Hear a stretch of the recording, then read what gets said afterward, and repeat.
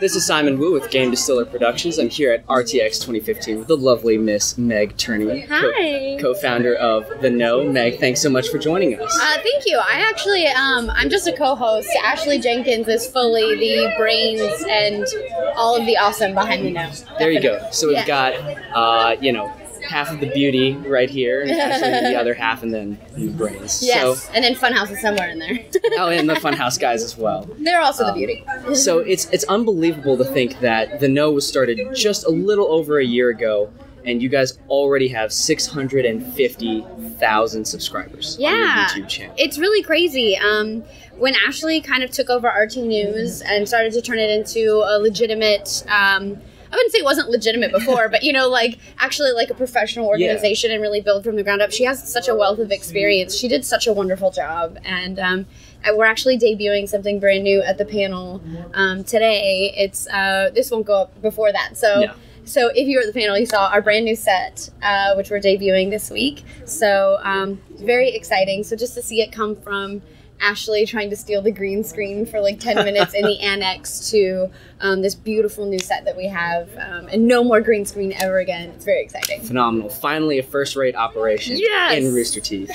So just looking back on that year, now you're 1 year older, 1 year wiser, as they say. Kind of what is your biggest takeaway from that experience? I think the biggest thing that I've learned, because I joined The Know and also joined the Rooster Teeth community at the same time. Yeah. I was one of Rooster Teeth's first, and I would say one of their only hires that wasn't someone from the community that had been like this lifelong fan of all of RT's production. So it was really exciting and kind of overwhelming to like take in all of this. Well, they have so much that's going on. So it was really exciting. So coming into The Know, I felt like I had a pretty good grasp of news, but what I didn't have a good grasp of was the RT community. So in the last year, I've definitely learned a lot about the community and just the family, really, that they are. And they're awesome, and how to, interface with them and how to connect with them, hopefully in a way that they feel connected with and in a meaningful way. So I'm glad you brought up the community because... going into this, did you have any ideas of the content you wanted to create, the shows you wanted to produce, the areas you wanted to focus on? Well, I came from another news channel, so SourceFed, and so I was at SourceFed. I knew I wanted to do more nerd news. We initially tested some stuff at SourceFed, and we launched a channel that was SourceFed Nerd. But then we found that news just didn't really fit with our community very well. They didn't really want to watch the news. They wanted to watch us play games. So that's what we did, but I really still wanted to do the news. So when I saw The Know and what Ashley was doing, I knew that I wanted to be a part of it because nerd news is something that I'm really, really passionate about. Yeah, so from that, the initial ideas, has your coverage and kind of the style of the content you produce changed and adapted in this past year to what the fans in the community are telling you they want to see and hear? I think so. I think that I was really fortunate in that the comedic style that Ashley was going for with The Know, informative but comedic at the same time, was something that I was used to from SourceFed, so it was a style I was comfortable writing in. I definitely took feedback from the community and how they like their comedy and what parts of the story they like their comedy in, and kind of how they meshed the best with that and how best to process that on their level or for them. But yeah, I think it's been really, really great. And actually, I was very fortunate to come into a situation where I was kind of already comfortable. For sure. And so something that's really unique with Rooster Teeth is that, with 150 people now, which is crazy to think about how fast the company has grown, along with all of these various channels, no one has really a set role. Like, you might be on The Know, but you're also on The Patch, and some people switch back to forth between Red versus Blue, Ruby, just all your different projects. Definitely. So beyond you and Ashley, how many people are there actually working on The Know stuff?